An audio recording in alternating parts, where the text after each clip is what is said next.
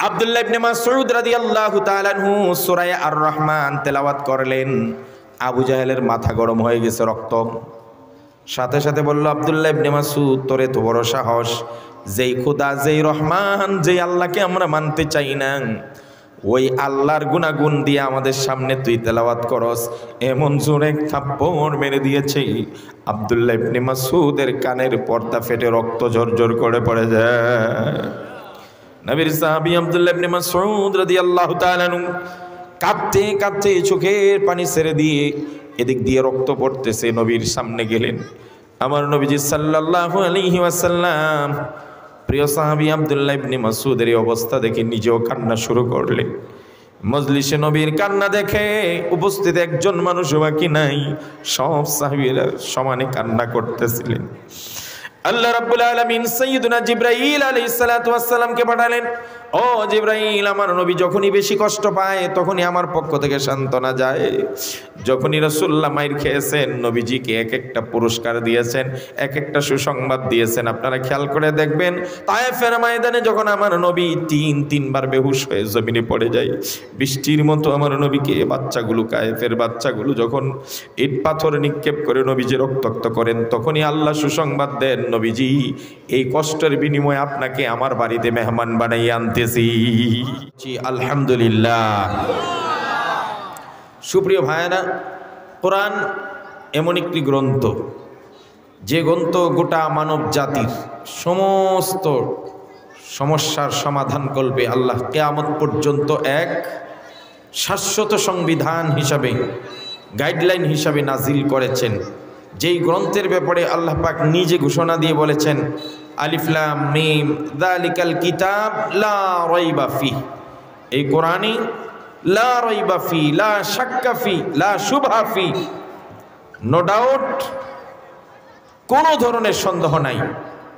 এই কিতাবে কোনো সন্দেহ আছে? সংশয় আছে? কনফিউশন আছে? দ্বিধা দ্বন্দ্ব কিছুই নেই। পৃথিবীতে যত বই লেখা হয়েছে, সেটা 10 পৃষ্ঠার একটা আদর্শ লিপি হোক, সেখানেও তার লেখক লিখে দেন, ইচ্ছায় অনিচ্ছায় যদি কোনো ভুল কোনো পাঠকের কাছে ধরা পড়ে আমাদেরকে অবগত করাবেন, পরবর্তী সংস্করণে সেটা আমরা ঠিক করে নেব। সব গ্রন্থের কি হালত, কিন্তু একমাত্র কেবলমাত্র ঐশী গ্রন্থ, মানবতার মুক্তির সনদ, মহাগ্রন্থ আল কোরআনের শুরুতেই বলেছেন লা রাইবা ফি, এতে কোনো কি নাই? আর জোরে বলেন, সন্দেহ আছে? এই কোরআন সম্পর্কে আজকে আমি কথা বলবো। মুহাম্মদ সাল্লাল্লাহু আলাইহি ওয়াসাল্লাম যখন মক্কার বেঈমান কাফেরদের মাঝে কোরআনে কারীমের তিলাওয়াত করতেন, এটা তো আল্লাহ পাকের নির্দেশ নবীজির উপর যে তিলাওয়াত করেন। আল্লাহ রাব্বুল আলামিন বলেন, উতলু মা উহিয়া ইলাইকা মিনাল কিতাবি ওয়া আকিমিস সালাহ ইন্নাস সালাতা তানহা আনিল ফাহশাই ওয়াল মুনকার।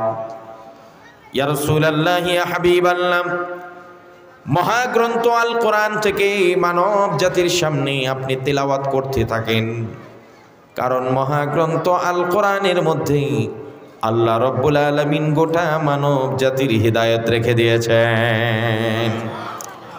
কোরআনের শুরুতে যেমন আল্লাহ বলেছেন, আলিফ লাম মিম যালিকাল কিতাবু লা রাইবা ফিহি হুদাল লিল মুত্তাকিন।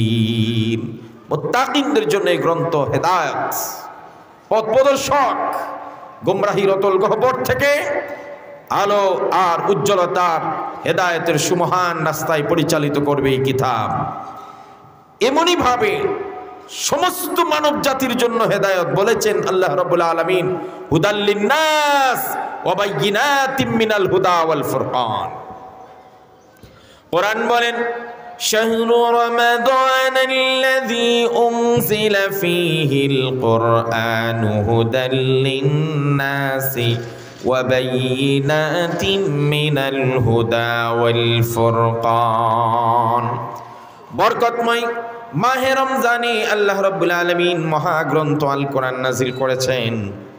ফি হুদাল লিন্নাস, যেই গ্রন্থ ইহুদ খ্রিস্টান আস্তিক নাস্তিক বৌদ্ধ হিন্দু ধর্ম সমস্ত মানব জাতির জন্য আল্লাহ রাব্বুল আলামিন হেদায়েত স্বরূপ দান করে দিয়েছেন।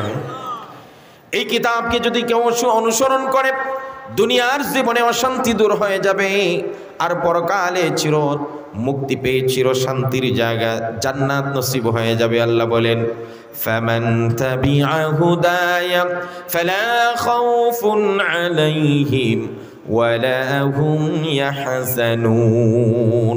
যারাই আমার এই গ্রন্থকে হেদায়েত গ্রন্থকে অনুসরণ করবে দুনিয়াতে কোনো টেনশন নাই, পরকালে কোনো ভয় নাই। সুবহানাল্লাহ বলে। আমার নবীজি সাল্লাল্লাহু আলাইহি সাল্লাম যখন এই কোরআন তেলাওয়াত করতে শুরু করলেন, মৌমাছি জবাবে মৌচাকের মধ্যে চতুর্দিকে ভিড় করে। মক্কার আস্তিক নাস্তিক বেঈমান দিনের বেলা যারা রাসূলুল্লাহর মিশনকে বন্ধ করতে চায়, রাতের বেলা মধু পোকার মতো নবীজির ঘরের চতুর্দিকে কান লাগিয়ে সারা রাত কোরআন শুনতে পায়। এই কোরআনের মধ্যে আকর্ষণ আছে না নেই? আর রাসূল বলেন আছে না? না। সাইয়েদনা ওমর রাদিয়াল্লাহু তাআলা আনহুর গোটা জিন্দেগিটা পাল্টিয়ে দিয়েছে এই কোরআন। কথা বলে ঠিক কিনা? শুধুমাত্র ইসলাম গ্রহণের পরকালের যে ঘটনা এটাই নয়। সাইয়েদনা ওমর রাদিয়াল্লাহু তাআলা আনহু বলেন, আমি তখনও মুসলমান হই নাই। একদা বিশ্বনবী সাইয়েদনা মুহাম্মদুর রাসূলুল্লাহ সাল্লাল্লাহু আলাইহি ওয়াসাল্লাম কাবার চত্বরে দাঁড়িয়ে নামাজ পড়ছেন, তেলাওয়াত করছেন। মুহাম্মদের এই কোরআনের তেলাওয়াত শুনে আমার কাছে মনে হলো মুহাম্মদ কবি। এত সুন্দর করে ছন্দ মিলিয়ে কেমনে মানুষ আরবি পড়ে, কেমনে এত সুন্দর ছন্দের তাল ঝংকার তুলে কোরআন পড়েন আপনি। আল্লাহ রাব্বুল আলামিন প্রত্যেকটা আয়াতের শেষে এত সুন্দর করে ছন্দের মিল দিয়েছেন, পৃথিবীর সমস্ত সাহিত্যিকরা ফেল, সমস্ত কবিরা ফেল হয়ে যাবে। এক একটা সূরাতে এত সুন্দর ছন্দের মিল। والسماء ذات البروج واليوم الموعود وشاهد ومشهود قتل أصحاب الأخدود সব ছন্দের মিল। আবার আপনি ইযা শামসু কুবিরাত বলেন, কতক্ষণ বলবেন আপনি? ইযা শামসু কুবিরাত ওয়া ইযান নুজুমুন কাদারাত ওয়া ইযাল জিবালু সুয়িরাত ওয়া ইযাল ইশারু উত্তিলাত। আপনাদের কি খারাপ লাগে? আমি আমার কথায় হেদায়েত নাও হতে পারে। আমি যে আমার জবান দিয়ে যে কথা বলবো এটার কোনো সিকিউরিটি নাই, গ্যারান্টি নাই। কারণ এটা আমার মন থেকে বলছি, এখলাস আছে কিনা, বানায় বলছি কিনা, ভুল আছে কিনা, এটার সব সম্ভাবনা আছে। কিন্তু আল্লাহর কথা ওমা কথা বলে না। সুতরাং যারা কোরআন তেলাওয়াত করে আর কোরআন তেলাওয়াত শুনে উভয় গ্রুপের হেদায়েত নিশ্চিত হয়ে যায়। কথা বলে ঠিক কিনা? কত মানুষ শুধু কোরআন তেলাওয়াত আর কোরআন তেলাওয়াত শুনলে ঈমান বাড়ায় দেন কে? আপনি কোরআনে পড়েন নাই?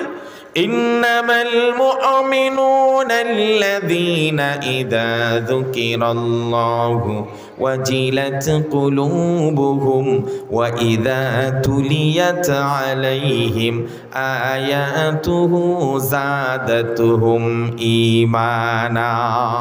মুমিনদের সামনে যখন কোরআনের তেলাওয়াত হয়, মুমিনদের ঈমান পথ করে ডিগ্রির মতো বাড়তে থাকে। সুবহানাল্লাহ। ইমানের বাড়তে থাকে, ইমানের তাজাল্লি তৈরি হয়, পাওয়ার তৈরি হয়। এই জন্য যত পারবেন তেলাওয়াত করবেন আর শুনবেন। নবী করিম সাল্লাল্লাহু আলাইহি ইসলামের উপর কোরআন নাজিল হয়েছে, কিন্তু বিশ্বনবী সাল্লাল্লাহু আলাইহি ইসলাম একদিন হযরতে কাব উবাই ইবনে কাব রাদিয়াল্লাহু তাআলা আনহুকে গিয়ে বলতেছেন, এই আমার আল্লাহ আমাকে আদেশ করেছেন তোমারে যেন আমি কোরআন শোনাই। সুবহানাল্লাহ বলে। আবার আব্দুল্লাহ ইবনে মাসউদকে বলেছেন, আমার আল্লাহ বলেছেন তোমার কাছ থেকে যেন আমি কোরআন শুনি। সুবহানাল্লাহ। আব্দুল্লাহ ইবনে মাসউদকে এটা কোনো কথা? আপনার উপর কোরআন নাজিল হইছে আর আপনাকে আমি কোরআন শোনাবো? আকরাউ আলাইকা ওয়া আলাইকা উনজিলাল কোরআন। আপনাকে আমি কোরআন শোনাবো, আপনার উপরই তো কোরআন নাজিল হইছে। নবীজি বলছেন, আব্দুল্লাহ ইবনে মাসউদ তোমার কোরআন তেলাওয়াত শুনলে রাতের রাত আমার শুনতে মনে চায়। সুবহানাল্লাহ বলতে ইচ্ছা করে না? একদিন উমর রাদিয়াল্লাহু তাআলা বলেন, আমরা একটা রাষ্ট্রীয় কাজে, আমি আবু বকর আর উমর, আমি আবু বকর আর রাসূলুল্লাহ সাল্লাল্লাহু আলাইহি ওয়াসাল্লাম তিনজনে বের হইছি কাজ শেষ করে, এত বছরে রাতের আধারে একজনের কোরআন তেলাওয়াত কণ্ঠ শোনা যায়, নামাজে দাঁড়িয়ে পড়তেছে। সুবহানাল্লাহ। হযরত ওমর রাদিয়াল্লাহু তাআলা আনহু বলেন, মুহাম্মদ রাসূলুল্লাহ সাল্লাল্লাহু আলাইহি সাল্লাম বললেন, ও আমার সাথীরা দাঁড়িয়ে যাও, সুমধুর কণ্ঠে তেলাওয়াতের বাণী ভেসে আসছেন। কতক্ষণ দাঁড়িয়ে শুনছেন? যতক্ষণ পড়তেছিলেন। আমার নবীজি বললেন, হে গোলাম, তুমি কোরআন পড়তেছো, এবার তুমি আল্লাহর কাছে চাও, যা চাবে আল্লাহ তোমাকে তাই দিয়ে দিবেন। এরপরে রাসূল করিম সাল্লাল্লাহু আলাইহি সাল্লাম একটা কথা বললেন, মান সাররাহু আইয়াকরা আল কুরআনা কামা নাযালা ফালইয়াকরা আলা কিরাতি আব্দুল্লাহ ইবনে মাসউদ। কোরআন যেভাবে নাজিল হয়েছে কেউ যদি ওইভাবে পড়তে চায়, সেজন্য আব্দুল্লাহ ইবনে মাসউদের তেলাওয়াতের মতো পড়ে। সুবহানাল্লাহ।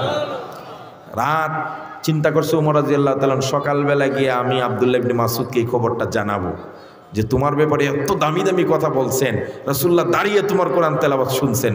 আমি গেছি দৌড়ায়, আব্দুল্লাহ ইবনে মাসউদ, খুশির সংবাদ আছে। বুঝছি কিসের খুশির সংবাদ? সুবহানাল্লাহ কয় না?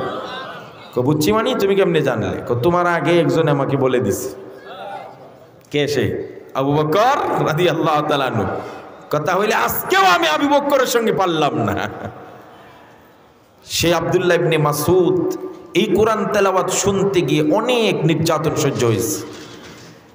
সূরা আর রহমান যখন নাজিল হলো, নবী করিম সাল্লাল্লাহু আলাইহি সাল্লাম বললেন, তোমাদের মধ্যে কে আসো সূরা আর রহমান তেলাওয়াত করবে কাবার চত্বরে, যেখানে কাফেরদের আড্ডাখানা, বড় বড় লিডাররা বসা থাকে, তাদের মাঝখানে কোরআন তেলাওয়াত কে করে আসতে পারে। অথচ আপনারা জানেন সূরা আর রহমান গোটা সূরাটাই আল্লাহর পরিচয় বহন করে। সুবহানাল্লাহ বলেন। নবী করিম সাল্লাল্লাহু আলাইহি সাল্লাম যখন বিসমিল্লাহির রহমানির রহিম, রহমানের নামে শুরু করছি এই কথা বলছেন, তখন কাফেররা কয়, এতদিন মুহাম্মদে আমরারে বলল এত খুদার ইবাদত করে লাভ কি, এক খুদার ইবাদত করো। এখন মুহাম্মদ নিজেই আল্লাহর সঙ্গে আবার রহমান নামে আরেক খুদা লাগাইছে। তখন আল্লাহ সূরা রহমান নাজিল করে দিয়ে জানায় দিলেন যে আল্লাহ যিনি, তিনি রহমান, তিনি দ্বিতীয় কেউ নয়। এবার রহমানের পরিচয় তোমরা শুনতে থাকো। সুবহানাল্লাহ।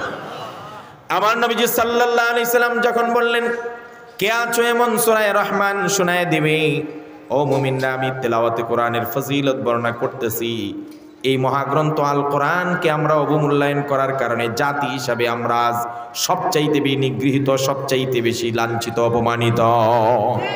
সব জায়গায় কোরআনকে যদি আমরা সামনে পেশ করতাম, তেলাওয়াত শোনা, করা, আমল করা, কোরআন অনুযায়ী জিন্দেগি করা, সমাজ, রাষ্ট্র, সব জায়গায় কোরআনের আইন বাস্তবায়ন যদি হতো, খোদার কসম এত শান্তি পৃথিবীতে থাকতো না। কথা বলে ঠিক কিনা?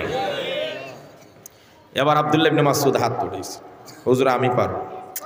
নবী করিম সাল্লাল্লাহু আলাইহি ওয়াসাল্লাম চিন্তা করলেন, আব্দুল্লাহ ইবনে মাসউদ একদিকে হইল গরিব, কৃষকের ছেলে, আর একদিকে দেখতেও হ্যাংলা ট্যাংলা, দুর্বল। তো উনি যদি যায় শক্তিশালী বেঈমানদের সামনে কোরআন তেলাওয়াত করতে, তাহলে এরা মারবে। তো নবীজি চাইছিলেন যে শক্তিশালী কেউ দাঁড়িয়ে যাক, কিন্তু বারবার আব্দুল্লাহ ইবনে মাসউদই হাত ওঠায়। পরিশেষে নবীজি বললেন, যাও আব্দুল্লাহ ইবনে মাসউদ শুনিয়ে আস। এবার আব্দুল্লাহ ইবনে মাসউদ সুজা চলে গেলেন কাবার চত্বরে, যেখানে আবু জাহেল, উতবা, সাইবা সবাই বসে আছেন, আড্ডা দিচ্ছেন আর ইসলামের বিরুদ্ধে পরিকল্পনা করছেন। আব্দুল্লাহ ইবনে মাসউদ রাদিয়াল্লাহু তাআলা আনহু দাঁড়িয়ে শুরু করলেন, বিসমিল্লাহির রহমানির রহিম, আর রহমানু আল্লামাল কুরআনা খালাকাল ইনসানা আল্লামাহুল বায়ান। আমি আপনাদেরকে একটা কথা বলি, এই আয়াতটা যদি আমি 100 বার পড়ি, আপনারা কি বিরক্ত লাগবে? কেন লাগবে না জানেননি? পৃথিবীর সব কথা, সব কবিতা, সব গান যতই মজা হোক, একবার, দুইবার, 5 বার, 10 বার, 20 বার শোনার পরে আর কথা কয় না, আর ভালো লাগে। কিন্তু কোরআন, ওয়ালা ইয়াখলাকু আলা কাসরাতির রাদ, নবীজি বলেন কোরআনকে যদি বারবার বারবার বারবার বারবার বারবার পড়া হয়, কোনোদিন পুরাতন হবে না। সুবহানাল্লাহ বলবেন না? জন্মের পর থেকে সূরা ফাতিহা ইমাম সাহেবের কণ্ঠে শুনি, কোনোদিন বলছেন যে এই সূরাটা আর ভালো লাগে না? যত শুনি তত নতুনত্ব আছে না নাই? স্বাদ, নতুন স্বাদ আবার নতুন করে জাগ্রত হয়। সুবহানাল্লাহ। এর নামই কোরআন, এর নামই কোরআন। আব্দুল্লাহ ইবনে মাসউদ যখন সূরা আর রহমান তেলাওয়াত শুরু করলেন, আরে ভাই সূরা আর রহমানটা পড়বেন, গোটা সূরায় আল্লাহ এক একটা নিয়ামতের কথা বলেছেন, আর মানুষ আর জিন জাতিকে বলেছেন ফাবি আইয়ি আলাই রাব্বিকুমা তুকাযযিবান। और तुम अपने परवरदिगार के কোন কোন सी নিয়ামত को जुटलाओगे, তোমরা তোমাদের মালিকের কোন নিয়ামতটাকে অস্বীকার করবে বলো। একটা নিয়ামত বলছেন আর বলছেন কোনটাকে অস্বীকার করার সাধ্য কারো আছে? সাধারণ একটা নিয়ামতের কথা বলি, আল্লাহ রাব্বুল আলামিন সূরা আর রহমানে বলেন মারাজাল বাহরাইনি ইয়ালতাকিয়ানি বাইনাহুমা বারযাখুন লা ইয়াবগিয়ান। মারাজাল বাহরাইন, আল্লাহ বলেন দুটি সমুদ্রকে আমি পাশাপাশি পরিচালনা করি, প্রবাহিত করি, কিন্তু এক সমুদ্রের পানি আরেক সমুদ্রের ভিতরে গুলিয়ে যায় না। বাইনাহুমা বারযাখ, আল্লাহ বলেন দুই সাগরের দুই নদীর পানির মাঝখানে আমি অদৃশ্য একটা দেওয়াল তৈরি করে রাখছি। সুবহানাল্লাহ। বাইনাহুমা বারযাখ। আপনারা কি কেউ সদরঘাট থেকে বরিশালগামী কোনো লঞ্চে কোনোদিন গেছেন? চাঁদপুরের চৌমোহনার এই জায়গাটা দেখছেন? গোলা পানি আর সাদা পানি আলাদা আলাদা, আমি দেখছি। হ্যাঁ, একটার সাথে আরেকটা মিক্স হয় না। বলেন তো দেখি এখানে কোনো দেওয়াল আছে? কেউ পার্টিশন দিছে? কেউ পর্দা দিছে? সারা জীবন ভর যদি বিজ্ঞানীরা চেষ্টা করে যে এখানে কোনো পর্দা আছে কিনা, কে আটকালো এক পানিকে আরেক পানির মধ্যে, তাহলে খুঁজে পাবে? কথা বলেন না, পাবে? কিন্তু আল্লাহ বলে আছেন। পর্দা কি? বাইনাহুমা বারযাখ, এই দুইয়ের মধ্যে পার্টিশন, পর্দা, দেয়াল, অদৃশ্য দেয়াল সৃষ্টি করেছেন কে? এটা কেউ দেখবে না। এটা কি? দেয়ালটা কি? এটা কাঁচের তৈরি দেয়াল নয়, এটা পাথরের তৈরি দেয়াল নয়, এটা শক্ত কোনো কাজের জিনিসের দেয়াল নয়। আল্লাহ রাব্বুল আলামিন বলেন এটা হলো আমি আল্লাহর হুকুম, আমি বলছি তোর সীমানা এতটুকু, এর চাইতে বেশি যাবি না, বাস আমার হুকুমটাই দেয়াল। সুবহানাল্লাহ। করেন এই যে রূহ আছে না, রূহ, যে রূহ উড়ে গেলে মানুষ কি হয়ে যায়, এই রূহটা কি? বিজ্ঞানীরা অনেক চেষ্টা করেছে, এই রূহটা কি রে বাবা? এই রূহটা বের হয়ে গেলেই জ্যান্ত একটা মানুষ লাশে পরিণত হয়ে যায়। অনেক চেষ্টা করেছে। একবার এক মৃত্যুসজ্জা শায়িত রোগীকে পুরা গ্লাসের ভিতরে ভইরা তার ভিতরে অক্সিজেন দিয়ে রাখছে, কই দেখি এটি কেমনে মরে, আর তার রূহটা কি বের হয়ে যায়। কিচ্ছু পাইল না, হঠাৎ থেকে গ্লাস ফেটে গেছে, লোকটা মরে গেছে। বেঈমান কাফের রাসূলুল্লাহ সাল্লাল্লাহু আলাইহি ওয়াসাল্লামকে জিজ্ঞেস করতে, ইয়াসআলুনাকা আনির রূহ কুলির রূহু মিন আমরি রাব্বিক। হে নবীজি, আপনার কাছে বেঈমান কাফেররা জিজ্ঞেস করবে, ও মুহাম্মদ রূহ মানে কি, রূহ জিনিসটা কি? আপনি বলে দেন এটা দুনিয়ার কোনো পদার্থ নয়, এটা দুনিয়ার কোনো মেটেরিয়াল নয়, বরং রূহটা হলো আমার আল্লাহর একটা হুকুম, আর কিচ্ছু না, আল্লাহর হুকুম। দুটি নদী পাশাপাশি প্রবাহিত করি আমি, একটার মধ্যে আরেকটা ঢুকে না, অদৃশ্য দেয়াল আমি তৈরি করেছি। এরপরে আল্লাহ বলেন ফাবি আইয়ালাই রাব্বিকুমা তুকাযযিবান। এবার বলো তুমি কোন নিয়ামতকে অস্বীকার করবে? কোন নিয়ামতকে অস্বীকার করার জো আছে? আল্লাহ অনেকগুলো নিয়ামত উল্লেখ করার পরে বলতেছেন, এই যারা আমাকে অস্বীকার করতে চাও, যদি মনে করো আমাকে অস্বীকার করবে, তাহলে তোমাদের সামনে আমার একটা বক্তব্য আছে। বক্তব্যটা কি? আল্লাহ রাব্বুল আলামিন বলেন, ইয়া মা'শারাল জিন্নি ওয়াল ইনসি ইন ইসতাতা'তুম আন তানফুযু মিন আকতারিস সামাওয়াতি ওয়াল আরদি ফানফুযু লা তানফুযুনা ইল্লা বিসুলতান। বাবা অনেক সময় ছেলেদেরকে বলে, ছেলে রোজগার করে না, দুষ্টমি করে, উল্টা পাল্টা করে, আকাম করে। ছেলে কয় তুই যখন আমার কথা শুনস না, তাহলে আমার বাড়ির সীমানা থেকে, আমার কথা কয় না, যদি আমার কথাই না শুনবে তাহলে আমার বাড়ি থেকে বের হয়ে যা, তারপরে তুই যা মনে চাই তা কর। বলে না? আল্লাহ বলেন, এই বেটারা, তোর বাপে যদি এই কথা কয় তাহলে আমিও বললাম, যদি আমার অবাধ্য হতে হয়, আমাকে যদি মানতে তোমার কষ্ট লাগে, আমার বিরুদ্ধাচরণ করতে কষ্ট লাগে, এই আসমান এই জমিন সবকিছু কার? আরো জোরে বলেন, সব সৃষ্টি করেছেন কে? ওয়ালিল্লাহি মুলকুস সামাওয়াতি ওয়াল আরদি ইয়াখলুকু মা ইয়াশা। আসমান জমিনের একচ্ছত্র মালিকানা কার? সার্বভৌমত্বের মালিক কে?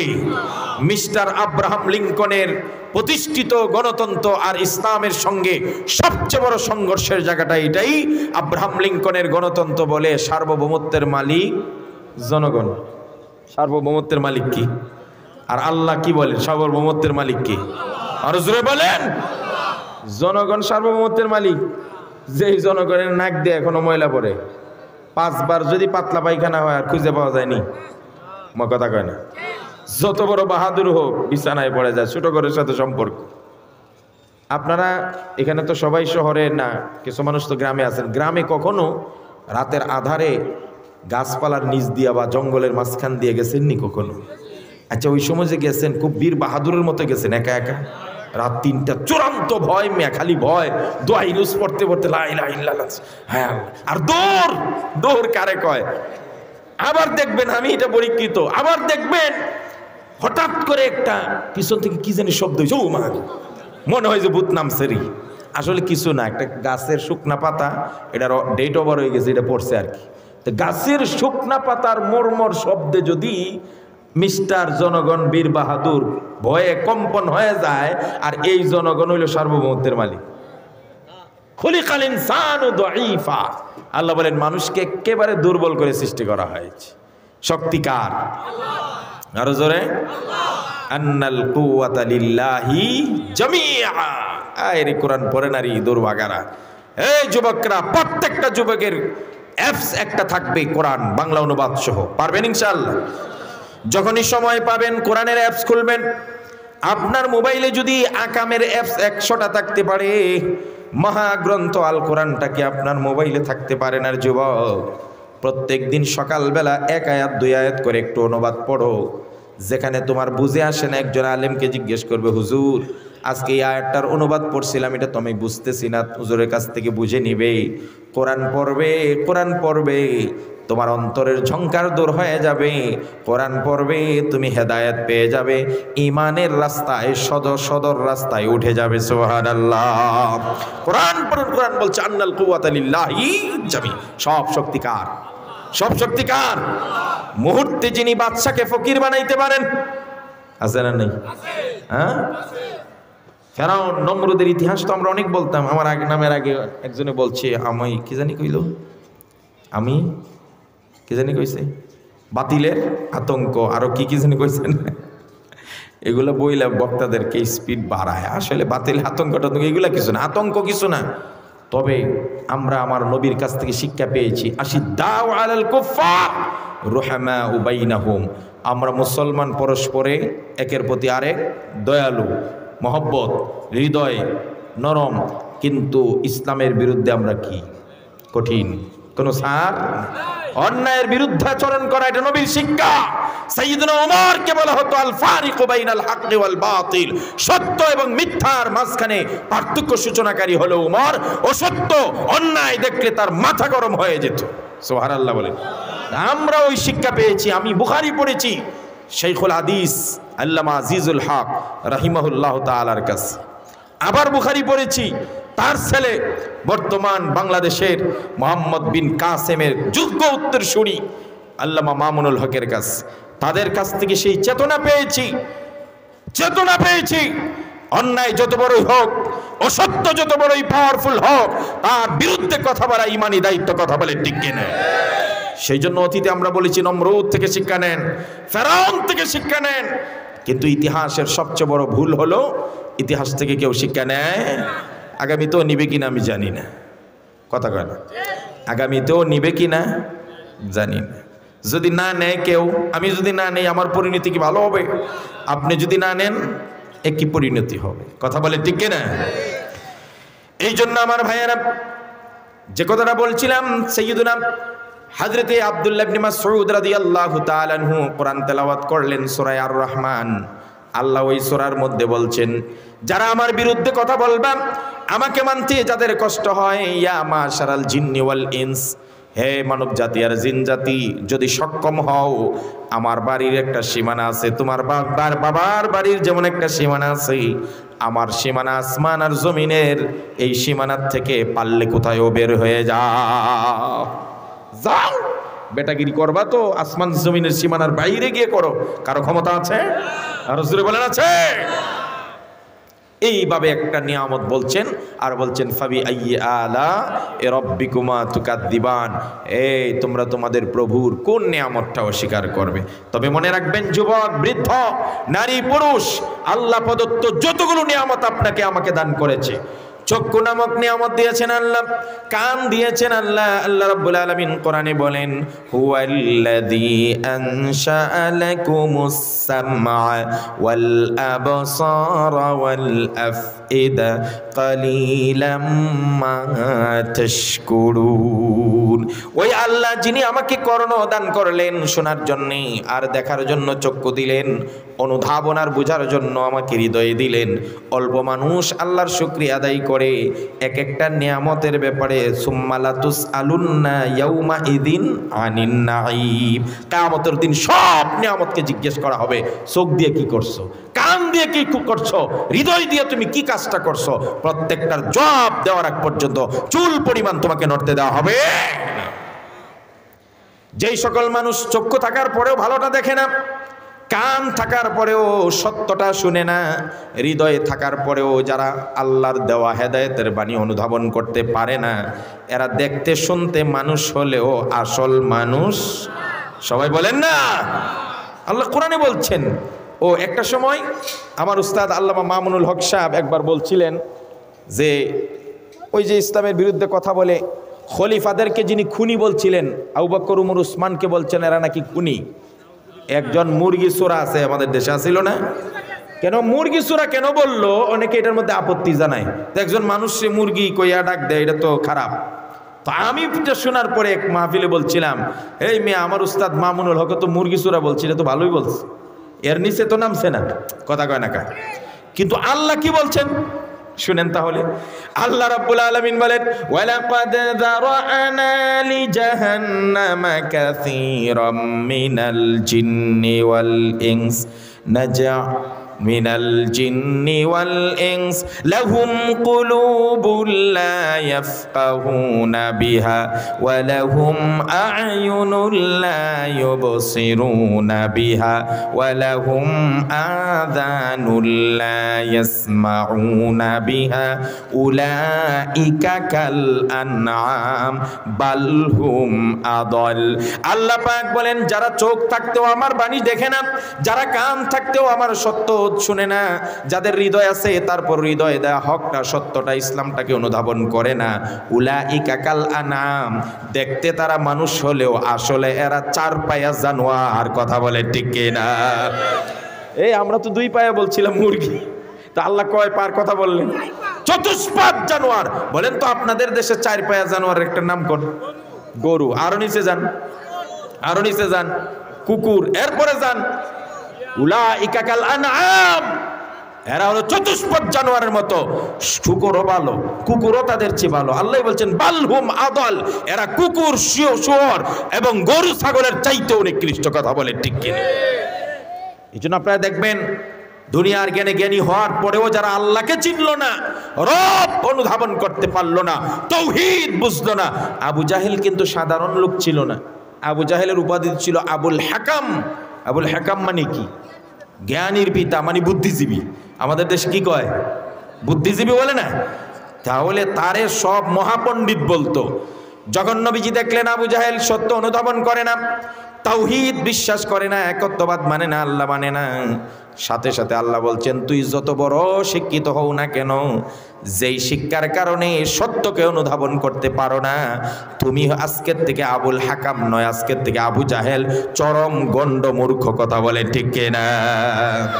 সুতরাং দুনিয়ার শিক্ষায় যত বড় শিক্ষিত হও, তুমি যদি আল্লাহকেই চিনলে না, রাসূল চিনলে না, ইসলামের ফরজ বিধান তুমি মানলে না, বুঝলে না, নামাজ কেমনে পড়তে হয় চিনে না ডাক্তার সাহেব, নামাজের কয়টা ফরজ জানে না ইঞ্জিনিয়ার সাহেব, নামাজ কেমনে ভাঙ্গে জানে না আজকের বড় বড় ডিগ্রিধারী ডক্টর অর্জনকারী তারা। আমি বলবো আপনি ডক্টর হইতে পারেন দুনিয়ার লাইনে, আপনি ইঞ্জিনিয়ার, ব্যারিস্টার, ডাক্তার হতে পারেন, কিন্তু ইসলামের মৌলিক ফরজ বিধানটা আপনার জানা নাই, তার মানে আপনি দেখতে শুনতে মানুষ হলো, প্রকৃত মানুষ হতে পারেন নাই। কথা বলেন ঠিক না?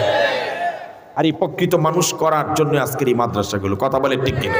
এখানে কোরআনের চর্চা হয়, কোরআন সবচেয়ে বড় জিনিস।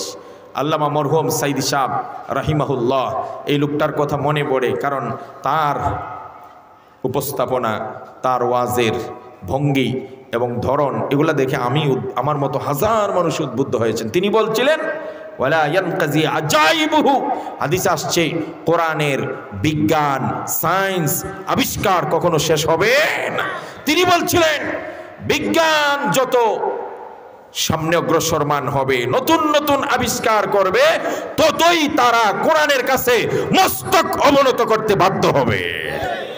তারা অনেক রিসার্চ করে যেটা বাইর করবে, কোরআন 1400 বছর আগে সেটা বলে দিয়েছেন। কথা বলে ঠিক কি না?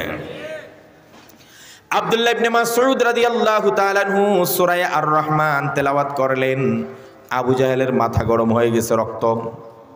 সাথে সাথে বলল, আব্দুল্লাহ ইবনে মাসউদ, তোরে তো বড় সাহস, যেই খোদা, যেই রহমান, যেই আল্লাহকে আমরা মানতে চাই না, ওই আল্লাহর গুনাগুন দিয়ে আমাদের সামনে তুই তেলাওয়াত করস। এমন জোরে থাপ্পড় মেরে দিয়েছে, আব্দুল্লাহ ইবনে মাসউদের কানের পর্দা ফেটে রক্ত ঝরঝর করে পড়ে যায়। নবীর সাহাবী আব্দুল্লাহ ইবনে মাসউদ রাদিয়াল্লাহু তাআলা আনহু কাঁদতে কাঁদতে চোখের পানি ছেড়ে দিয়ে, এদিক দিয়ে রক্ত পড়তেছে, নবীর সামনে গেলেন। আমার নবীজি সাল্লাল্লাহু আলাইহি ওয়াসাল্লাম প্রিয় সাহাবী আব্দুল্লাহ ইবনে মাসউদের এই অবস্থা দেখে নিজেও কান্না শুরু করলেন। মজলিসে নবীর কান্না দেখে উপস্থিত একজন মানুষ বাকি নাই, সব সাহাবীরা সমানে কান্না করতেছিলেন। আল্লাহ রাব্বুল আলামিন সাইয়্যিদুনা জিবরাইল আলাইহিস সালাতু ওয়াস সালামকে পাঠালেন। ও জিবরাইল, আমার নবী যখনই বেশি কষ্ট পায় তখনই আমার পক্ষ থেকে সান্ত্বনা যায়। যখনই রাসূলুল্লাহ মাইর খেয়েছেন, নবীজিকে এক একটা পুরস্কার দিয়েছেন, এক একটা সুসংবাদ দিয়েছেন। আপনারা খেয়াল করে দেখবেন, তায়েফের ময়দানে যখন আমার নবী তিনবার বেহুশ হয়ে জমিনে পড়ে যায়, বৃষ্টির মতো আমার নবীকে বাচ্চাগুলো, কায়েফের বাচ্চাগুলো যখন ইট পাথর নিক্ষেপ করে নবীজি রক্তাক্ত করেন, তখনই আল্লাহ সুসংবাদ দেন, নবীজি এই কষ্টের বিনিময়ে আপনাকে আমার বাড়িতে মেহমান বানাইয়ে আনতেছি।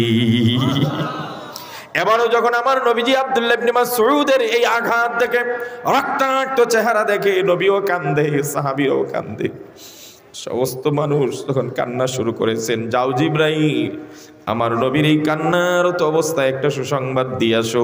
অচিরেই নবীজি আপনি হাসবেন, আপনি হাসবেন, আজকে আপনি কান্না করছেন। হযরত জিবরাইল আলাইহিস সালাতু ওয়াস সালাম আসলেন। আসার পরে হযরত জিবরাইল তো খুশির সংবাদ নিয়ে হাসতেছেন। আমার নবীজি বলেন, জিবরাইল রে, এটা আপনার ভালো হয় নাই, কাজটা ঠিক হয় নাই। আমি কাঁদতেছি আমার আব্দুল্লাহ ইবনে মাসউদের দরদে, আমার সাহাবীরাও কাঁদছে, আর এই অবস্থায় তুমি হাসতেছো। ভাই জিবরাইল, যতক্ষণ আমার আব্দুল্লাহ ইবনে মাসউদ হাসবে না, ততক্ষণ আমি হাসতে পারি না। হযরত জিবরাইল চলে গেলেন। কিছুদিন পরে হিজরত হয়ে গেল। এবার হিজরতের পরে সর্বপ্রথম যে যুদ্ধটা হয়েছে, সেই যুদ্ধটার নাম বদরের যুদ্ধ। কথা বলে ঠিক খেয়ে নেয়। আমার নবীজি সাল্লাল্লাহু আলাইহি সাল্লাম বদরের যুদ্ধের জন্য প্রস্তুতি নিচ্ছেন। কাকে কাকে অনুমতি দেওয়া যায় সবাইকে অনুমতি দিলেন। দুইটা বালক লাইনে দাঁড়ালো, ছোট্ট ছোট্ট বালক, বললেন, হুজুর আমরাও বদর যুদ্ধে যেতে চাই। নবীজি দুইটা বালককে আপন ভাইকে দাঁড় করিয়ে দেখলেন। একটা বালক তুলনামূলক একটু উঁচু, আরেকটা একটু নিচু। নবীজি লম্বা ছেলেটাকে অনুমতি দিয়ে ছোটটাকে দিলেন না।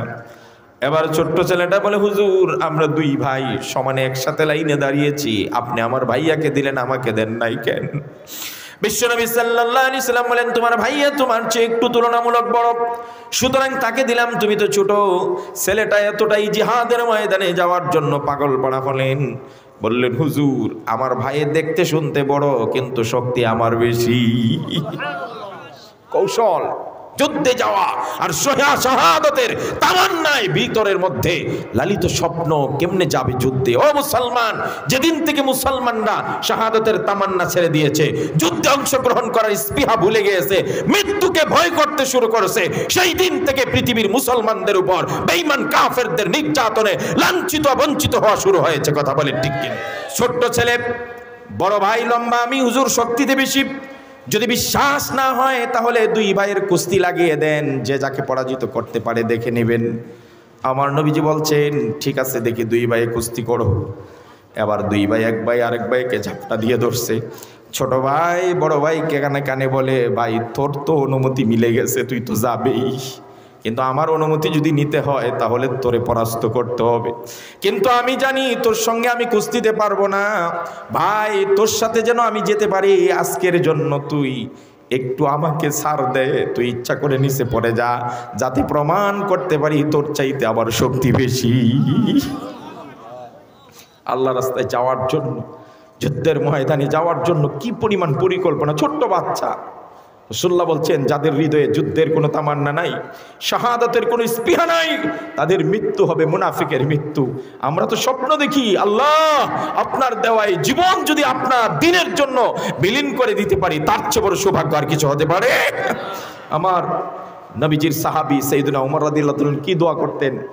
আল্লাহুম্মা রযুকনি শাহাদাতান ফি সাবিলি ওয়াজআল মাউতি ফি বালাদি রাসূলি। আল্লাহ আমার মৃত্যুটা শাহাদাতের মৃত্যু দিয়ে দেন, আর আমার মৃত্যুটা রাসূলুল্লাহর শহরে যেন হয়ে যায়।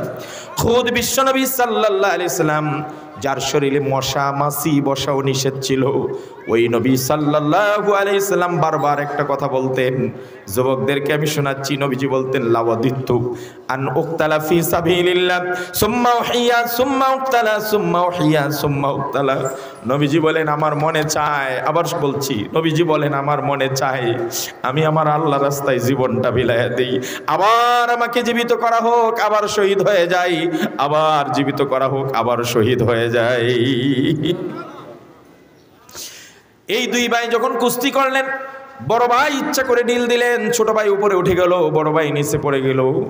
এবার দুই ভাই উঠে বলছেন, ছোট ভাই হুজুর দেখছেন সে আমার সঙ্গে শক্তি দিতে পারে না। আমার নবীজি মুস্কি হাসলেন আর দুই ভাইকেই বদরের যুদ্ধে যাওয়ার জন্য অনুমতি দিয়া দিলেন। আমার দেশের যুবকদেরকে গল্প শোনাই, এগুলা বড়। আজকের যুবকদেরকে বিভিন্ন আজেবাজে গল্প শোনানো হয়, কিন্তু ইসলামের জন্য যুবকদের অবদান কি, তরুণদের কি অবদান, এটা কোনোদিন শিক্ষা দেওয়া হয় না। যদি তরুণ বয়সে ছোট্টবেলায় মাদ্রাসার ছাত্রদের মতো ইসলামের গল্প শোনানো হতো, সাহাবীদের গল্প শোনানো হতো, তরুণরা ছোট থেকেই ইসলামের লেবাস নিয়ে, ইসলামের রং নিয়ে রঙিন হয়ে বড় হতো। কথা বলে ঠিক। ভার্সিটিতে যাওয়ার পরে কোনো ছেলে আর বলতো না দেয়ার ইজ নো গড, সস্তা বলতে কিছুই নাই, বরং এটা বলতো there is no god except only আল্লাহ। পৃথিবীতে কোনো আল্লাহ নাই, কোনো খোদা নাই, একজন আছেন, তিনি কে? এটা বলতো। ওই যে শুরু থেকে আমরা আমার সন্তানদেরকে ইসলামের রঙে রঙিন করতে পারি নাই। মুআয আর মুআফিজ দুই ভাই বদরের যুদ্ধে চলে গেল। এবার তুমুল বেগে যুদ্ধ চলতেছে। দুই ভাইয়ের নিশানা একটা, আমার নবীর সবচাইতে বড় দুশ্মন, যে সবচাইতে বেশি কষ্ট দিয়েছে আমার নবীকে, ওই বড় গাদ্দারটাকে যেমনি আমরা দুই ভাই কায়েল করবই করব। পথ খুঁজতেছিল, আর চিনে না আবু জাহেল কেডা, শুধু নাম শুনছে। আবু জাহেল নবীকে বেশি কষ্ট দিয়েছে, কতবার তাপ্পর মারছে, কতবার গর্ত খনন করছে নবীকে মারার জন্য, কত পরিকল্পনা করেছে। সেই মুআয মুআফিজ সেদিন থেকে নবীর দুশ্মনকে ঘায়েল করার জন্য স্বপ্ন দেখা শুরু করছে। এবার সুযোগ আসছে, বদরের যুদ্ধেও যাইতে পারলো।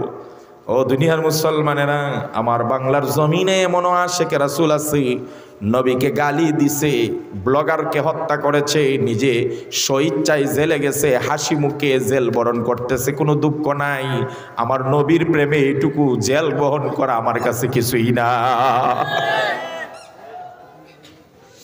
এবার মুআয আর মুআফিজ দুই ভাই সুযোগ খুঁজতেছে, কিন্তু পাচ্ছে না। এবার একজনকে জিজ্ঞেস করলো, চাচা একটু শুনবেন কি? বলে কি বলো? দুই ভাই মিলে বলতেছে, চাচা গো, আমার নবীর সব চাইতে বড় দুশ্মন আবু জাহেল কোনটা? তো তোমরা দুই ভাই তারে দিয়ে কি করবে? না, আপনি শুধু দেখিয়ে দেন, তারে দুনিয়াতে আমরা আর রাখবো না। তোমরা কি করবে? আপনি দেখান। চাচা দেখাইলো ওই যে উঁচা সবচাইতে বড় ঘোড়াটা, ওই ঘোড়ার উপর যে উঁচা মাথাওয়ালা নেতার মতো দেখা যায়, ওইটা হলো আবু জাহেল। তার কসম মুসলমান যুবকরা রে, বজ্রপাতের মতো বাজ পাখির মতো দুই ভাই দুই দিকে তীব্র গতিতে ছুটে আবু জাহেলের কাছে চলে যায়। দুই ভাই ঘোড়ার পায়ের মধ্যে আবু জাহেলের পায়ে শরীরে মারতে চায়, কিন্তু এত উঁচার মধ্যে ছোট্ট মানুষ আবু জাহেলের পা পর্যন্ত পৌঁছতে পারে না, অনেক চেষ্টা করেছে। শেষ ভাই দুই ভাই পরামর্শ করে, ভাইরে এইভাবে যদি আমরা চেষ্টা করতে থাকি আবু জাহেলকে ধরাশায়ী করতে পারবো না, তাহলে কি করা যায়? এক কাজ কর, দুই ভাই মিলে আবু জাহেলের ঘোড়ার পায়ের উপর সমানে আঘাত করতে থাক। এবার দুই ভাই একসাথে আবু জাহেলের ঘোড়ার পায়ে আঘাত করতে লাগলো। কিছুক্ষণের মধ্যেই আবু জাহেলের ঘোড়ার পা কেটে গিয়ে বাঁকা হয়ে আবু জাহেল ধরাশায়ী হয়ে জমিনে পড়ে যায়। যেই মাত্র আবু জাহেল জমিনে ধরাশায়ী হয়ে পড়ে যায়, সাথে সাথে ওই দুই ভাই ক্ষিপ্র গতিতে আবু জাহেলের বুকের উপর চেপে বসে। সুবহানাল্লাহ, ক্ষিপ্র গতিতে চেপে বসে। ওই সময় আবু জাহেলের ছেলে ইকরামা বেঈমান ছিল, মুসলমান হয় নাই।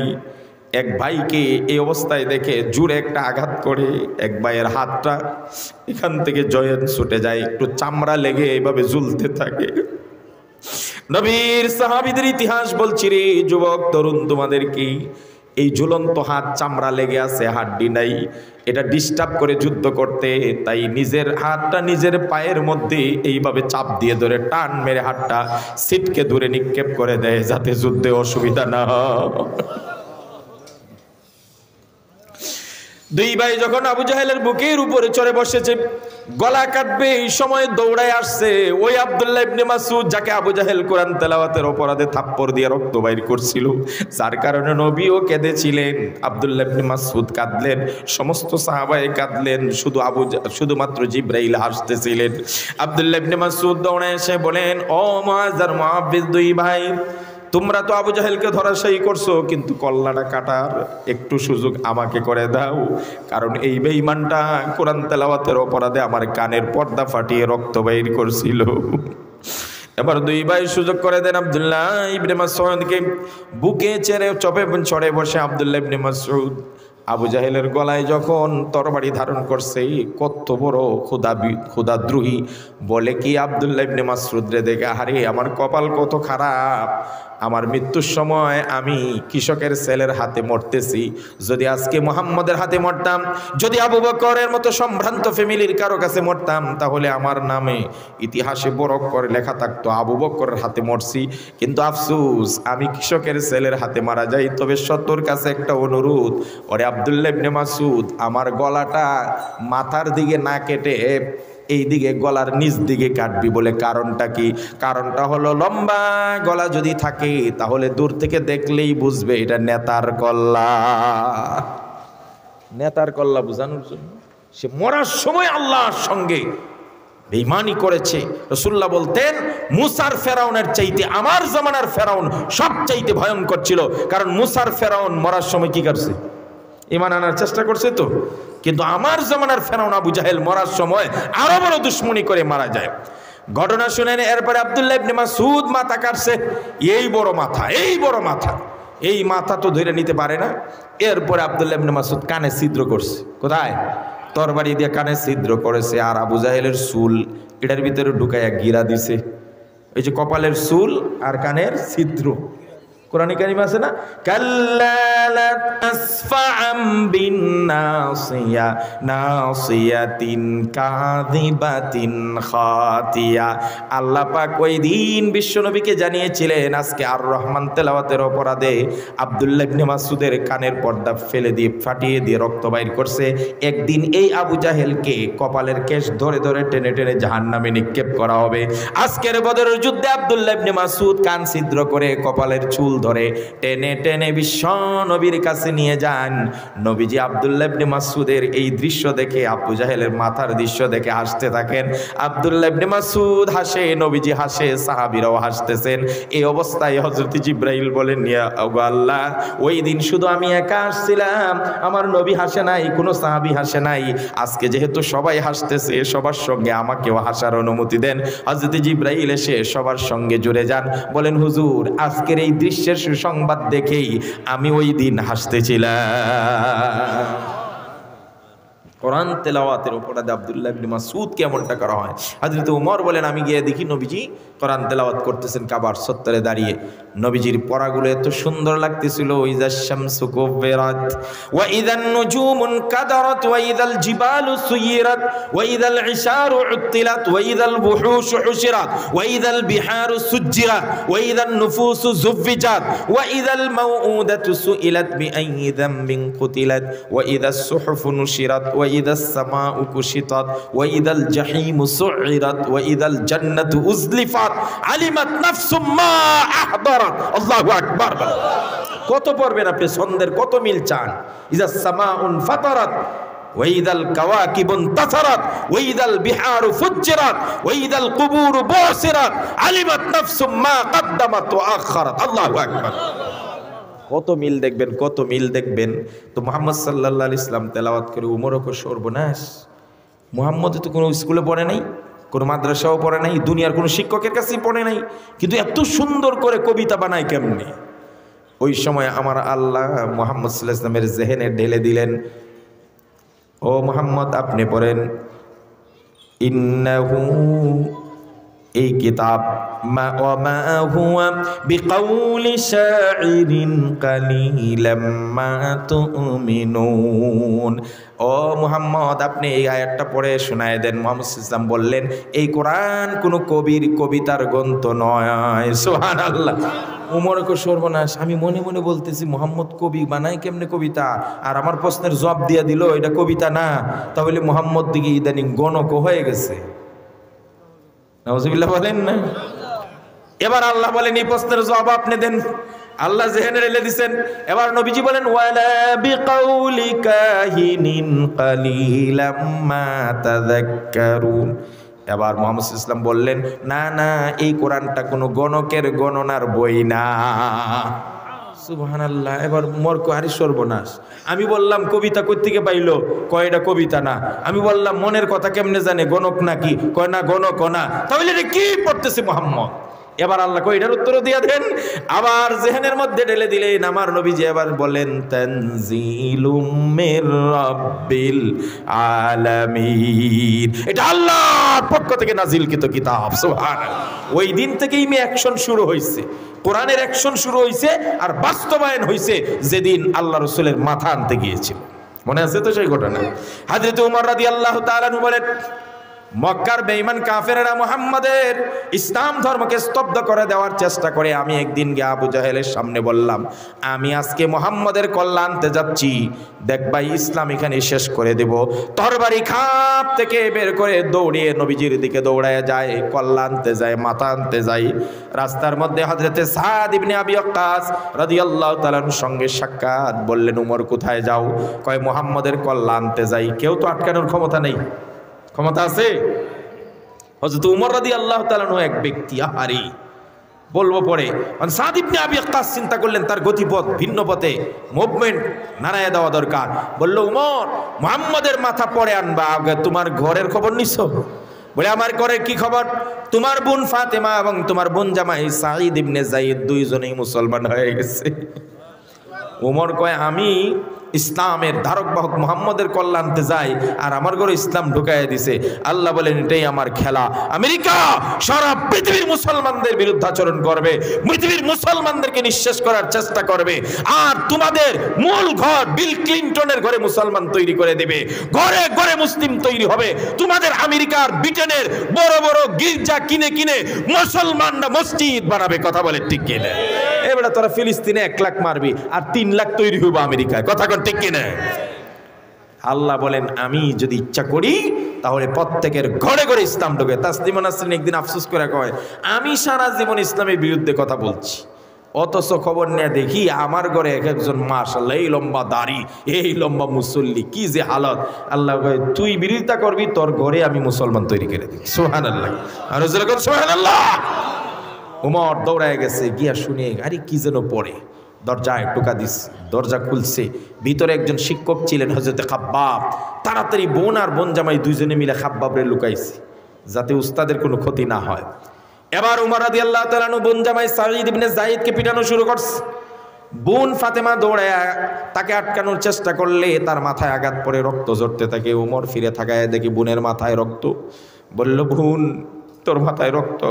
এবার বোন সাহস করে বলে, হিম্মত করে বলে, ভাই তুমি যতই পিটাও কাজ হবে না, কাজ হবে না।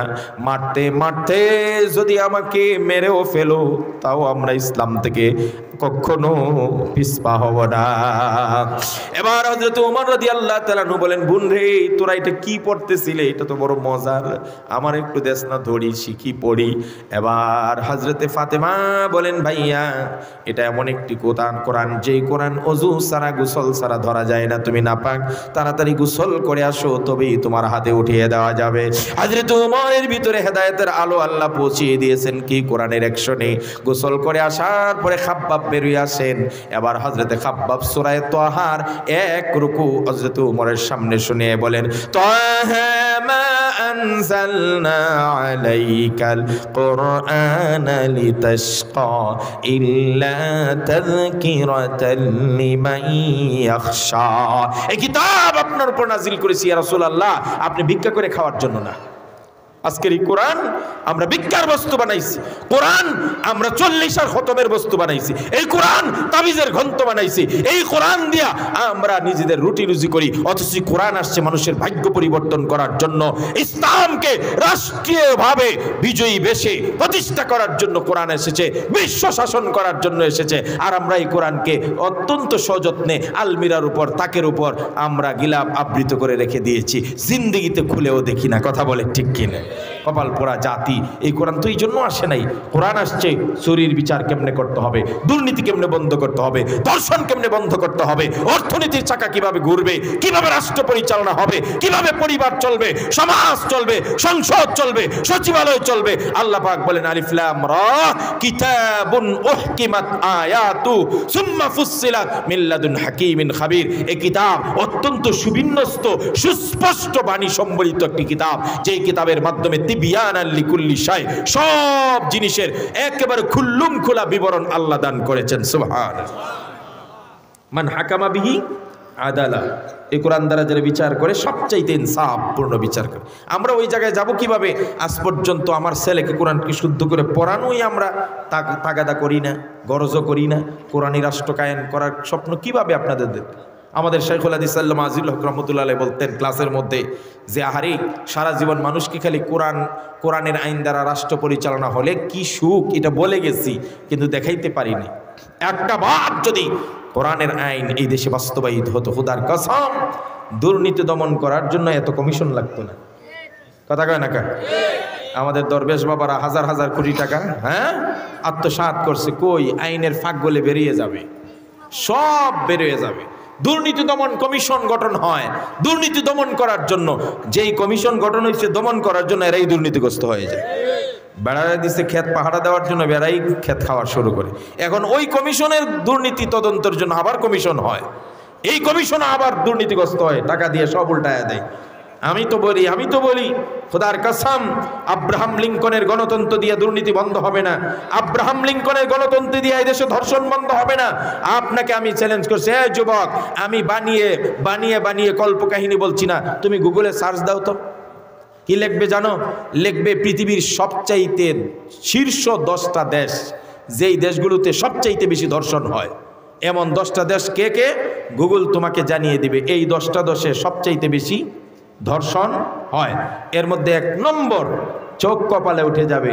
ও আমার রাজনৈতিক দলের নেতৃবৃন্দরা, ও আমার বুদ্ধিজীবীরা, ও আমার দেশ নিয়ে যারা চিন্তা করেন, আপনাদেরকে বলছি, আপনারা তো দেশের ধর্ষণ বন্ধ করতে চান, ধর্ষণ দমন করতে চান আব্রাহাম লিঙ্কনের গণতন্ত্র দিয়া। তো গণতন্ত্র আবিষ্কার হয়েছে কোন দেশে? সবাই বলেন না কেন?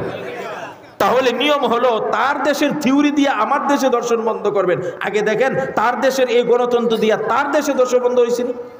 তার দেশে ধর্ষণ বন্ধ হয়েছে নি?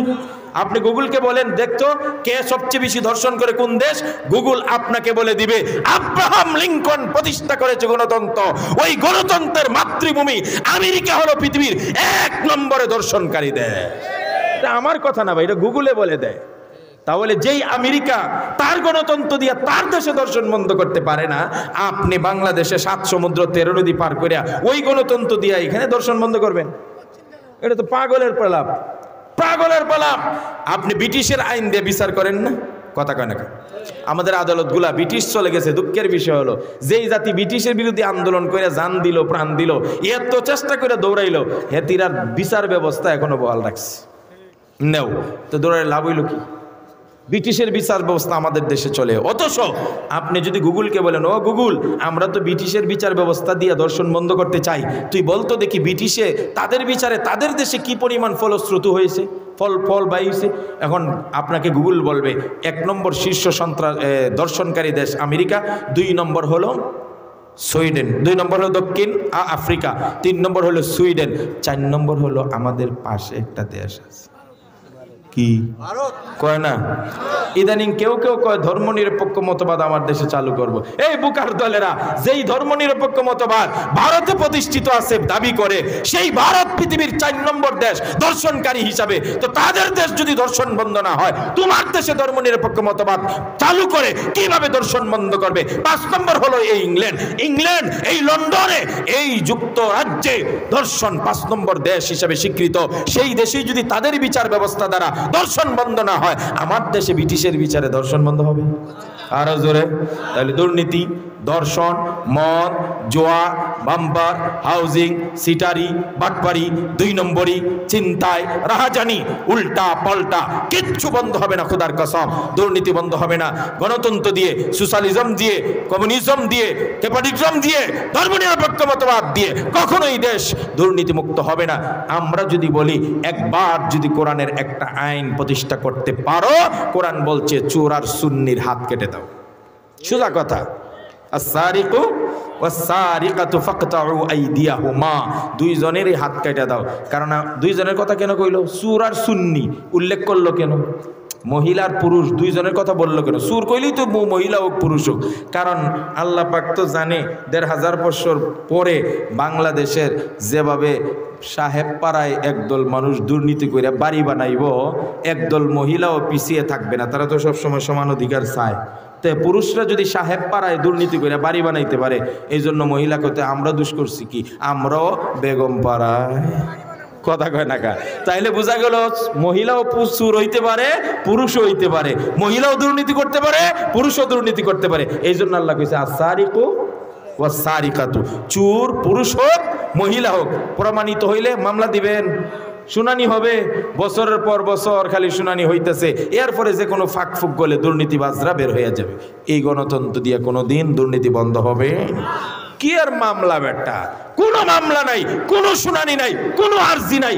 খালি যদি প্রমাণ হয় কোনো দরবেশে 4000 কোটি টাকা দুর্নীতি করছে, সুজা কথা মিরপুর স্টেডিয়ামের মাঝখানে খাড়া কইরা কেন্দ্রীয় জেলখানা থেকে একটা জল্লাদ ডাইকা সারা বাংলাদেশের মানুষকে লাইভ অনুষ্ঠান করে দেখাইয়া জল্লাদরে কইবে একটা সেট দিবি আর 2 হাত কেটে দিবি, বাস এটাই তার বিচার। কোনো আপিল নাই, কিচ্ছু নাই। এখন তার হাত 2টা নাই। এই হাত কাটা নিয়া বিচারা সমাজে বসবাস করলে পদে পদে পদে পদে মনে হবে চুরির কথা। খালি হেই একলাই সোজা হইব না আরো সোজা হবে? এ আর কোনোদিন এমপি দাঁড়াইতে পারবো নি? যদি হ্যাঁ আপনাদের দেশে আসে বলে, এই চৌরাস্তার ভাইয়েরা, আমার তো 2টা হাত নাই, দয়া করে আমারে ভোট দেন, আমি মেয়র দাঁড়াইছি বা এমপি দাঁড়াইছি। তা আপনারা কি জিজ্ঞেস করবেন না যে ভাই আপনার হাত কাটলো কেন? কথা কয় না, আপনার হাত কাটছে কেন? তখন কি বলবে? তাহাজ্জুদ পড়ার অপরাধে, উমরা করার অপরাধে হাত কাটছে। কি জন্য কাটছে? আরো জোরে, আরো জোরে। তাইলে যখন জানবেন যে চুরির অপরাধে তোমার হাত কাটছে, তখন কি তারে ভোট দিবেন? আপনারা পুরুষরা তো দূরের কথা, আমার মা বোনরা জাটা নিয়ে বাইর করবে, চুরের ঘরের চুর, তুই চুরির ধরা খেয়ে হাত কাটছে, আবার আইসস তুই বুড়ে দাঁড়াইতে, আবারও চুরি করতে, যা এখান থেকে নাহলে জাটা দে বাইরে বিদায়। এক এমপিরে যদি হাত কাটা যাইতো, একটা মন্ত্রীরে যদি হাত কাটা যাইতো দুর্নীতির প্রমাণিত হলে, একটা উপদেষ্টার যদি হাত কাটা যাইতো, খোদার কসম 95টা আলিফের মতো সোজা হয়ে যায়। কি আর গণতন্ত্রের বিচার, কি আর সমাজতন্ত্রের বিচার? কোরআন দিয়ে একটা বিচার দেখাইছে, খালি একটা দেখাইছে। এই জন্য কোরআন আল্লাহর মহাগ্রন্থ আল কোরআন, এই কোরআনকে মানুষের ভাগ্য সুপ্রসন্নর জন্য আল্লাহ নাজিল করছে। যেই উমর একদিন রাখালি করত, বকরির পেট ভরাইতে পারত না, সেই উমর কোরআনের সুহবতে অর্ধ পৃথিবী শাসন করেছে। সুবহানাল্লাহ। নবীজি উমরের বেলায় বলেছে, লাউ কানা বাদি নবী লাকানা উমর ইবনুল খাত্তাব, যদি আমার পরে কেউ নবী হতো উমর নবী হয়ে যেত। সুবহানাল্লাহ। তার কোরআনের এত জ্ঞান ছিল। আমি ওই হাদিসটা পড়ছিলাম, বলতে পারবেন না মাদ্রাসাতুল আরকাম থেকে আগামী দিনের উমরের যোগ্য উত্তরসূরি কেউ হতে কথা কয় না কেন? আগামী দিনে মাদ্রাসাতুল আরকাম থেকে কোরআনের স্পর্শ পেয়ে, ছোঁয়া পেয়ে, সোহবত পেয়ে, সান্নিধ্য পেয়ে আগামী দিনে আল্লামা আহমদ শফির উত্তরসূরি কেউ হয়ে যেতে পারে, জুনায়েদ বাবনগরের উত্তরসূরি হয়ে যেতে পারে। আরে এক মামুনুল হককে জেলখানায় নিছিল, রিমান্ডে নিছে, চারিত্রিকভাবে পদস্খলন করার চেষ্টা করছে, কিন্তু ব্যর্থ হয়েছে। মামুনুল হক হারিয়ে যেতে পারে, মামুনুল হক চলে যেতে পারে। খোদার কসম, এক মামুনুল হক চলে যাবে, শত শত মামুনুল হক তৈরি হবে। কথা বলে ঠিক কিনা? আমার এই মার্কাজগুলো ধরে রাখতে হবে, এই মাদ্রাসাগুলো ধরে রাখতে হবে। দেখবেন আগামী দিনে শত শত মামুনুল হক তৈরি হবে। আমার প্রিয় ভাইয়েরা, দুইটা দাওয়াত আপনাদেরকে দেব, দুইটা দাওয়াত। এক নম্বর, আপনার নিজের সন্তান, নিজের নাতি, নিজের নাতনি, দুইটা শাখায় আছে, মহিলা পুরুষ সব, নাতনি, ভাতিজা, ভাতিজি, সবাইকে কোরআনের জ্ঞানী বানান। আপনি ডাক্তার বানান, কোনো সমস্যা নাই, অন্তত নাজারাত নুরানিতে 3 বছর লেখাপড়া করান, কোরআনটা শিখুক, অর্থ শিখুক, হাদিস শিখুক, নামাজ শিখুক, মাসআলা শিখুক, তাওহীদ শিখুক, আল্লাহর পরিচয় নিক, রাসূলের পরিচয় নিক, তারপরে আপনি ডাক্তার বানান, কোনো অসুবিধা নাই, ইঞ্জিনিয়ার বানান, কোনো অসুবিধা নাই, সে কোনোদিন কসাই হবে না। কথা বলে ঠিক কি? এটা হলো একটা দাওয়াত, করবেন তো ইনশাআল্লাহ? এই প্রত্যেকটা ফ্যামিলিতে একজন মানুষকে অন্তত আলেম বানান, মজা পাইবেন। আল্লাহ কবুল করুক, বলেন আমিন। আর 2 নম্বর দাবিটা হলো, এই মার্কাজগুলো যতদিন টিকে থাকবে, একদিন মামুনুল হক হারিয়ে যাবে, আমি ওবায়দুল্লাহ বিন সাইদও হারিয়ে যাব, কিন্তু এইটা যদি টিকে থাকে, খোদার কসম আমরা আশা করি এমন হাজারো বক্তা, হাজারো মুফাসসির, হাজারো সিংহ পুরুষ, হাজারো মুজাহিদে মিল্লাত, হাজারো বাবুনগরী তৈরি হবে, কেউ ইসলামের উত্থান ঠেকাইতে পারবে না। মানে এটাতে টিকায় রাখতে হবে তো। আর জোরে কোন আমার কথা শেষ। ঠিক 12টা ক্রস করেছে। আমরা এখানে গার্মেন্টস এলাকা, আমি জানি সবাই কর্মরত মানুষ, চাকরিজীবী মানুষ।